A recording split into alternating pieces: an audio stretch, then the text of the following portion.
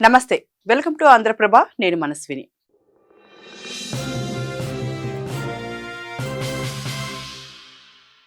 భారత్లో తీసిన దురంధర్ సినిమా పాక్లో అల్లకల్లోలం సృష్టిస్తోంది. గల్ఫ్ దేశాలన్నీ బ్యాన్ చేసినప్పటికీ కలెక్షన్ల సునామీ సృష్టిస్తోంది. లియారీ ప్రాంతంపై వచ్చిన సినిమాతో పాక్లో రాజకీయ ప్రకంపనలు చెలరేగాయి. ఈ క్రమంలోనే ఆ దేశానికి చెందిన ఓ మంత్రి అసలైన వాస్తవాలను తెలియజేస్తూ త్వరలోనే మూవీని తీస్తామని ప్రకటించారు. మొత్తంగా శత్రు దేశంపై నిర్వహించే ఆపరేషన్లు ఏ రకంగా ఉంటాయో చెప్పే ఈ సినిమా వైలెన్స్ ఎక్కువగా ఉందన్న ఆరోపణల నేపథ్యంలో బ్యాన్ చేయాలనే డిమాండ్లు వినిపిస్తున్నాయి. ఆ పూర్తి వివరాలంటే ఈ వీడియోలో చూద్దాం. ప్రస్తుతం సోషల్ మీడియాలో మొత్తం మారుమ్రోగుతున్న సినిమా ఏదైనా ఉంది అంటే అది దురేందర్.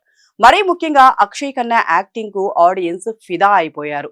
ఆయన పాకిస్తాన్లోని కరాచీ గడగడలాడించిన గ్యాంగ్స్టర్ రెహమాన్ దకైత్ పాత్రలో నటించారు. ఇలా అనడం కంటే జీవించారంటే బాగుంటుందేమో. ఇంతవరకు బాగానే ఉంది, కానీ ఆ సినిమాలో విలన్ నిజ జీవితంలో రక్తప్టేర్లను పాటించారని తెలిస్తే, ఆ గ్యాంగ్స్టర్ వల్ల నాశనమైన కుటుంబాలెన్ని ఉన్నాయో తెలిస్తే భయంతో కంపించిపోతారు. ఇక ఈ సినిమాలో మరో ముఖ్య పాత్ర ఎన్కౌంటర్ స్పెషలిస్ట్ చౌదరి అస్లాం ఖాన్. ఈయన గురించి ఎవరూ అంతగా మాట్లాడటం లేదు, కానీ ఆయనే హైలైట్. ప్రస్తుతం ఇదే హాట్ టాపిక్. పాకిస్తాన్లోని లియారీ అంటే గ్యాంగ్స్టర్స్, అక్రమ దందాలు, డ్రగ్ మాఫియా మాత్రమే గుర్తుకు వస్తాయి. సినిమాలో కూడా అదే చూపించారు, కానీ లియారీ అసలైన చరిత్ర అది కాదు. నిజానికి లియారీ ప్రాంతాన్ని అక్కడి స్థానికులు ప్రేమగా మినీ బ్రెజిల్ అని పిలుచుకునేవారు. గ్యాంగ్స్టర్ కు అడ్డాగా ఉన్న ప్రాంతాన్ని బ్రెజిల్ తో పోల్చడం ఏంటనే డౌట్ వస్తుంది కదా. దీనికి ఒక కారణం ఉంది. బ్రెజిల్ వాసులకు ఫుట్బాల్ అంటే చాలా ఇష్టం. అదే తరహాలో లియారీలోని ప్రతి ఒక్కరికి కూడా ఫుట్బాల్ అంటే అంతే ఇష్టం. ఒక రకంగా చెప్పాలంటే ప్రాణం. సూర్యోదయం కాకముందే పిల్లలంతా గ్రౌండ్ లో ఉండేవారు. సరైన వసతులు లేనప్పటికీ ఫుట్బాల్లో రాణించేవారట. కేవలం ఫుట్బాలే కాదు, బ్యాడ్మింటన్ లో కూడా లియారీకి మంచి చరిత్ర ఉంది. 1988 సియోల్ ఒలింపిక్స్ లో పాకిస్తాన్ కు పథకం సాధించి పెట్టిన బాక్సర్ హుసేన్ షా కూడా ఈ లియారీ ప్రాంతానికి చెందిన వ్యక్తేనని తెలుస్తోంది. కానీ పేదరికంతో పాటు అక్కడున్న స్వార్థ రాజకీయాలతో పరిస్థితులన్నీ మారిపోయాయి. అప్పటి వరకు గేమ్స్ లో రాణిస్తూ ఉండే యువత చేతుల్లోకి AK-47 వంటి ఆయుధాలు వచ్చాయి. గవర్నమెంట్ కూడా ఆ ప్రాంతాన్ని ఏ రోజు పట్టించుకున్న పాపాన పోలేదు. కరెంట్, నీళ్లు వంటి కనీస సౌకర్యాలు కూడా లియారీలో లేవు. నిరుద్యోగం గురించి అయితే స్పెషల్ గా చెప్పాల్సిన పని లేదు. సరిగ్గా ఈ పేదరికాన్ని, ఈ అస్థిరతని వాడుకోవాలనే ఉద్దేశంతో అక్కడ అడుగు పెట్టారు గ్యాంగ్స్టర్స్. ప్రభుత్వం పట్టించుకోలేదు, కానీ మేమున్నాం మీకోసం, మేము అన్నం పెడతాం, అన్నీ ఇస్తామని వాళ్ళను ఆకర్షించారు. దీంతో ప్లేయర్స్ గా మారాల్సిన వారు కిల్లర్స్ గా మారారు. గోల్స్ కొట్టాల్సిన వారు హత్యలు చేశారు. ఇదే లియారీకి జరిగిన అన్యాయం. ఇక దురంధర్ మూవీలో అందరూ మెచ్చుకుంటున్న క్యారెక్టర్ రెహమాన్ దకైత్. ఈ పాత్రలో అక్షయ్ ఖన్నా నటించారు. సినిమాలో స్టైలిష్ డాన్ గా కనిపించే ఆయన నిజ జీవితంలో కరుడు గట్టిన నేరస్తుడు అనొచ్చు. రెహమాన్ దకైత్ అసలు పేరు సర్దార్ అబ్దుల్ రెహమాన్ బలోచ్. ఆయన తండ్రి కూడా గ్యాంగ్స్టర్ అని తెలుస్తోంది. రెహమాన్ 13 ఏళ్లకే జైలుకు వెళ్లి వచ్చాడు. అంతేకాదు, 19 ఏళ్ల వయసులో తన కన్న తల్లిని అతి కర్కశంగా హత్య చేశాడు. నమ్మక ద్రోహం, అనుమానంతో గొంతు నులిమి చంపేసి తరువాత ఉరితీశాడు. దీన్ని బట్టి మనం అర్థం చేసుకోవచ్చు రెహమాన్ ఎంత క్రూరత్వం కలవాడో. రెహమాన్ తన కజిన్ ఉజైర్ బలోచ్ తో కలిసి లియారీలో సృష్టించిన మారణకాండ అంతా ఇంత కాదు.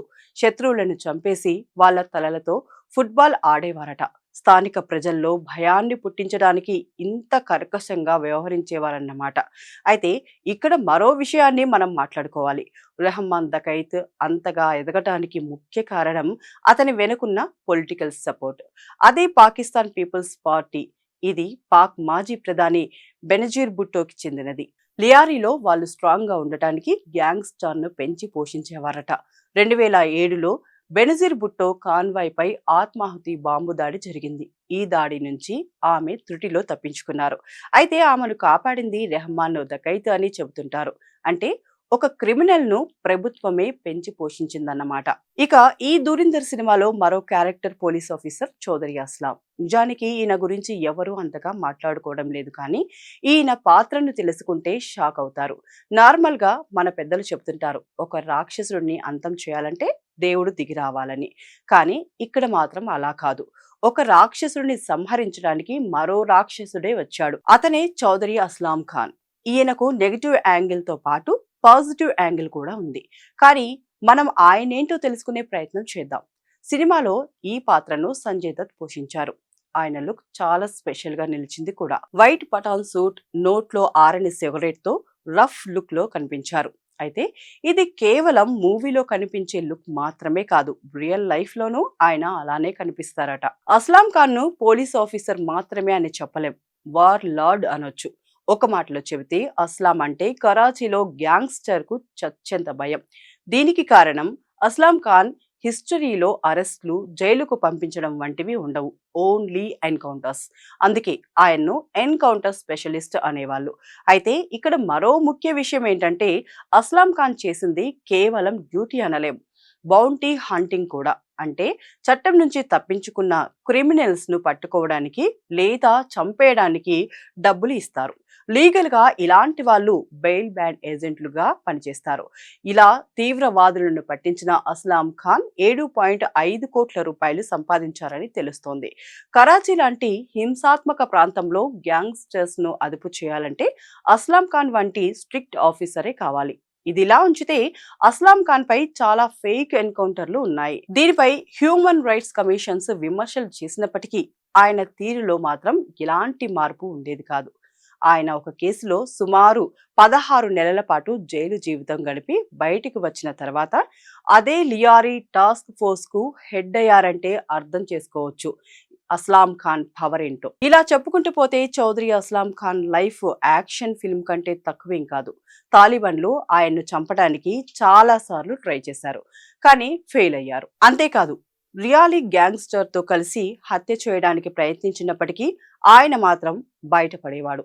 దీనికి కారణం ఇంటెలిజెన్స్ నుంచి ఆయనకు ముందే ఇన్ఫర్మేషన్ వచ్చేది. 2011లో అస్లాం ఇంటిని తాలిబాన్లు టార్గెట్ చేశారు. ఒక ట్రక్కులో సుమారు 300 కిలోల పేలుడు పదార్థాలతో ఆ ఇంటిని పేల్చేశారు. ఆ ఘటనలో అస్లాం ఖాన్ చనిపోయారని అంతా భావించారు, కానీ ఆయన సేఫ్ గా బయటకొచ్చారు. అస్లాం తన భార్యతో ఎప్పుడూ ఒకే మాట అనేవారట, నా చావు నా నుదుటిపై రాసి ఉంది, అది ఎప్పుడు ఏ రూపంలో వస్తుందో తెలియదని చెప్పేవారట. సో అప్పటి వరకు నా వేట కొనసాగుతూనే ఉంటుందనేవారట. ఎందుకంటే తన ఎండింగ్ ఎలా ఉంటుందో ఆయనకు మాత్రమే తెలుసు. కానీ 2014 జనవరి 9న మాత్రం కథ మారిపోయింది. ఆ రోజు అస్లాం ఖాన్ వెళ్తున్న కాన్వాయ్ పై బాంబు దాడి జరగడంతో మరణించారు. ఈ దాడికి పాకిస్తాన్ తాలిబాన్ బాధ్యత వహించింది. అయితే ఇక్కడ అందరికీ ఒక డౌట్ వస్తుంది, ఆ రోజు అస్లాం ఎటు వెళ్తున్నారు, ఏ రూట్ లో వెళ్తున్నారు అనే విషయాలు తాలిబాన్లకు ఎలా తెలిసాయని. అంటే డిపార్ట్మెంట్ లోని వాళ్ళే అస్లాం ఖాన్ కు గూఢాచారులుగా మారారు.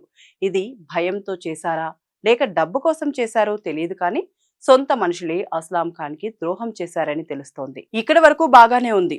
అయితే సినిమాలో ఇండియా నుంచి ఒక స్పై వెళ్ళాడు, అక్కడి గ్యాంగ్ ను లేపేశాడు. ఆ తర్వాత ఆయన్ను చంపేశారా, తిరిగి ఇండియాకి వచ్చేశాడా అన్నది ప్రస్తుతానికి తెలియదు. నెక్స్ట్ పార్ట్ లో తెలియవచ్చు. కానీ అసలు లియారీ పాత్రలో గ్యాంగ్స్టర్స్ కు, అక్కడ పోలీస్ ఆఫీసర్ కు జరిగే వార్లో మన భారత గూఢచార సంస్థ రాకు పనేంటి, అసలు మన ఇంటెలిజెన్స్ ఎందుకు తలదూర్చాయి?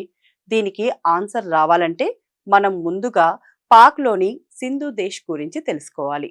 పాక్ మాజీ అధ్యక్షుడు, సైనిక నియంత జనరల్ మహమ్మద్ జియా ఉల్ హక్ ఓ సందర్భంలో ఒక మాట చెప్పారు, bleed India with a 1000 cuts.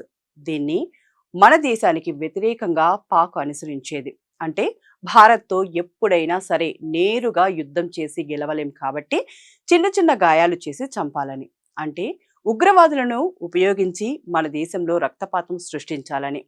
దశాబ్దాల కాలంగా పాక్ అదే విధానాన్ని అనుసరిస్తూ వచ్చింది. కానీ కాలం మారింది, ఇండియా తన స్ట్రాటజీని మార్చింది, పాక్ పన్నాగాలను వాళ్లపైకే తిప్పికొట్టింది. అదే రివర్స్ 1000 కట్స్. కరాచీ ఇది పాక్ ఎకనామీకి బ్యాక్ బోన్. ఆ దేశానికి వచ్చే ఆదాయంలో 60 నుంచి 70% ఈ ప్రాంతం నుంచే వస్తుంది. అంటే ఆ ప్రాంతాన్ని దెబ్బతీస్తే పాక్ ఎకనామీ ఘోరంగా పడిపోతుంది. అందుకే అక్కడ ఆల్రెడీ జరుగుతున్న గ్యాంగ్ వార్ కు మరింత ఆజ్యం పోసింది భారత్. ఇక్కడ మరో విషయం కూడా ఉంది. ఈ కరాచీ సింధ్ ప్రావిన్స్ లో ఉంది.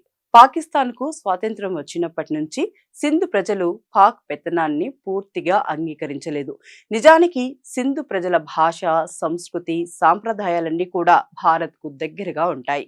ఈ క్రమంలోనే దశాబ్దాల కాలం అక్కడ సింధు దేశం కోసం నిరసనలు జరుగుతున్నాయి. ఇప్పటికీ కూడా రీసెంట్ గా బలోచ్ ప్రజలతో పాటు సింధు ప్రజలు కూడా తమ ఇండిపెండెన్స్ కావాలని డిమాండ్ చేస్తూ రోడ్లపై ఆందోళన చేస్తున్నారు. భారత్ కల్పించుకుని పాక్ నుంచి విముక్తి కల్పించాలని కోరుతున్నారు. ఓవైపు కరాచీలో ఉన్న బలోచి, మరోవైపు సింధ్ ప్రజలు పాక్ పై తీవ్ర వ్యతిరేకంగా ఉన్నారు. నార్మల్ గా శత్రువులకు శత్రువు మిత్రుడు అనే చాణక్య నీతిని ఫాలో అయింది మన భారత్. లియారీలో గ్యాంగ్స్ కు సపోర్ట్ ఇచ్చి కరాచీలో శాంతి భద్రతలు లేకుండా చేయడం, దాని ద్వారా సింధు రాష్ట్రాన్ని పాక్ ఆర్మీ చేతుల్లోంచి తప్పించడం, ఇదే అసలు దురంధర్ సినిమాలో మనకు కనిపించే అసలైన గ్రౌండ్ స్ట్రాటజీ. అయితే రెహమాన్ దకైత్ 2009 ఆగస్టు 9న చనిపోయాడు. కరాచీ స్టీల్ టౌన్ ఏరియాలో పోలీసులు జరిపిన ఎన్కౌంటర్ లో రెహమాన్ తో పాటు ఆయన అనుచరులు హతమయ్యారు. కాగా రెహమాన్ మరణం తర్వాత ఆ నేర సామ్రాజ్యం అతని బ్రదర్ ఉజైర్ బలోచ్ చేతుల్లోకి వెళ్ళింది. నిజానికి ఇతను రెహమాన్ కంటే డేంజరస్ వ్యక్తి. ఈయన కన్నింగ్ పాలిటిక్స్ చేయడంలో దిట్ట. కానీ ఉజైర్ అరెస్ట్ అయిన తర్వాత Pak government joint investigation team ఏర్పాటు చేసింది. ఈ జేఐటీ ఇచ్చిన రిపోర్టు ప్రకారం ఉజైర్ బలోచ్ కేవలం గ్యాంగ్స్టర్ మాత్రమే కాదు, అతనికి ఇరాన్ ఇంటెలిజెన్స్ తో సంబంధాలు ఉన్నాయట. అంతేకాదు పాక్ ఆర్మీ రహస్య సమాచారాన్ని ఫారిన్ పైకి పంపిస్తున్నారనే ఆరోపణలు కూడా వచ్చాయి. మరో ముఖ్యమైన విషయం ఏంటంటే కరాచీలోని ఇండియన్ ఏజెంట్స్ కు కూడా ఆశ్రయం కల్పించారని రిపోర్ట్ లో ఉంది. అంటే దురంధర్ మూవీలో చూపించినట్లు ఆ గ్యాంగ్ లోకి ఒక ఇండియన్ స్పై వెళ్లడం నిజమేనని తెలుస్తోంది. పాకిస్తాన్ పీపుల్స్ పార్టీ ఉజైర్ ను కూడా సొంత మనిషిగానే చూసుకుంది. కానీ ఆర్మీ నుంచి ఒత్తిడి పెరగడంతో రాజకీయ నేతలు ప్లేట్లు ఫిరాయించారు. దీంతో ఎవరూ ఊహించని విధంగా ఉజైర్ జైలుకు వెళ్లాల్సి వచ్చింది. తర్వాత మరో ముఖ్యమైన పాత్ర రణ్వీర్ సింగ్ పోషించిన పాత్ర రియల్ లైఫ్ లో మేజర్ మోహిత్ శర్మతో మ్యాచ్ అయింది.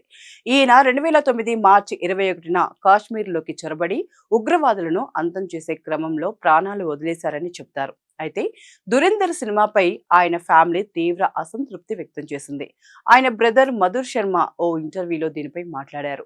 తమకు డబ్బు అవసరం లేదు, క్రెడిట్స్ కూడా అవసరం లేదు, కానీ తమ పర్మిషన్ లేకుండా సినిమాలో ఎలా చూపించారని ఆవేదన వ్యక్తం చేశారు. మూవీలో హీరోని జైలు శిక్ష అనుభవించిన ఖైదీగా చూపించారు, కానీ రియల్ లైఫ్ లో తన బ్రదర్ ఎన్డీఏ ఆఫీసర్. అలాంటి వ్యక్తిని క్రిమినల్ బ్యాక్గ్రౌండ్ ఉన్న వ్యక్తిగా చూపించడం అంటే ఆయన త్యాగాన్ని తక్కువ చేయడమే కదా అని ప్రశ్నించారు. అయితే సినిమా డైరెక్టర్ క్యారెక్టర్ స్పెషల్ గా రాసుకున్నారా, మేజర్ మోహిత్ శర్మ గురించే రాశారా అనే దానిపై క్లారిటీ లేదు. ఇదంతా కాస్త పక్కన పెట్టి మరో ఇంట్రెస్టింగ్ విషయాన్ని చూద్దాం. ఆదిత్య దత్ డైరెక్షన్ లో ఉరి అనే సర్జికల్ స్ట్రైక్ మూవీ వచ్చిన సంగతి తెలిసిందే కదా. 2019లో రిలీజ్ అయిన ఈ మూవీలో ఓ లేడీ పైలట్ క్యారెక్టర్ ఉంటుంది. ఆమె ఒక సీన్ లో ఉగ్రవాదుల అటాక్ లో చనిపోయిన తన భర్త ఫోటోను చూస్తూ బాధపడుతూ ఉంటారు. ఆ ఫోటో కింద కెప్టెన్ జస్కిరాజ్ సింగ్ రంగి అని పేరు కనిపిస్తుంది. అయితే ఇదంతా ఇప్పుడు ఎందుకు చెప్తున్నానా అని అనుకుంటున్నారా? రీజన్ ఉంది. ఇప్పుడు దురంధర్ మూవీలో రణ్వీర్ సింగ్ క్యారెక్టర్ పేరు కూడా కెప్టెన్ జస్కిరాజ్ సింగ్ రంగీనే కావడం గమనార్హం. ఉరీ సినిమాలో చనిపోయారని చెప్పిన ఆఫీసర్ అంటే ఆయన నిజంగా చనిపోలేదా, దేశం కోసం చనిపోయినట్లు నటించి ఆపరేషన్ దురంధర్ కోసం సీక్రెట్ గా పాక్కు వెళ్లారా అనే డౌట్ తెరపైకి వచ్చాయి. అలాగని ఆయన ఎవరనే విషయాన్ని మనం చెప్పలేం. నిజానికి స్పైలకు ఎలాంటి గుర్తింపు ఉండదు. వాళ్లను రికార్డులో చంపేసి అండర్ కవర్ ఆపరేషన్స్ కు పంపుతారని మనం వింటూనే ఉంటాం. ఆఖరికి వాళ్ళు చనిపోయినా సరే ప్రభుత్వం రియాక్ట్ కాదు, తమ వాళ్ళు కాదని తేల్చి చెప్పేస్తుంది. ఇక ప్రస్తుతం మారుతున్న కాలానికి అనుగుణంగా స్ట్రాటజీస్ కూడా మారుతున్నాయి. అదే అఫెన్సివ్ డిఫెన్సివ్, అంటే రక్షణ కోసం కాకుండా దాడి చేయడానికి రచించే సైనిక వ్యూహం. భారత్ సహా మిగతా దేశాలన్నీ కూడా ఈ వ్యూహాలతోనే ముందుకెళ్తున్నాయి. పాముకు పాలు పోసి పోషిస్తే తిరిగి కాటు వేస్తుందనడానికి పర్ఫెక్ట్ ఎగ్జాంపుల్ దురంధర్ సినిమాలో లియారీ గ్యాంగ్ వార్. మొత్తంగా ఈ సినిమాని కేవలం యాక్షన్ ఎంటర్టైన్మెంట్ గానే చూడలేం. ఎందుకంటే ఇది మనకు సరికొత్త ఆలోచనను, సందేశాన్ని ఇస్తుంది.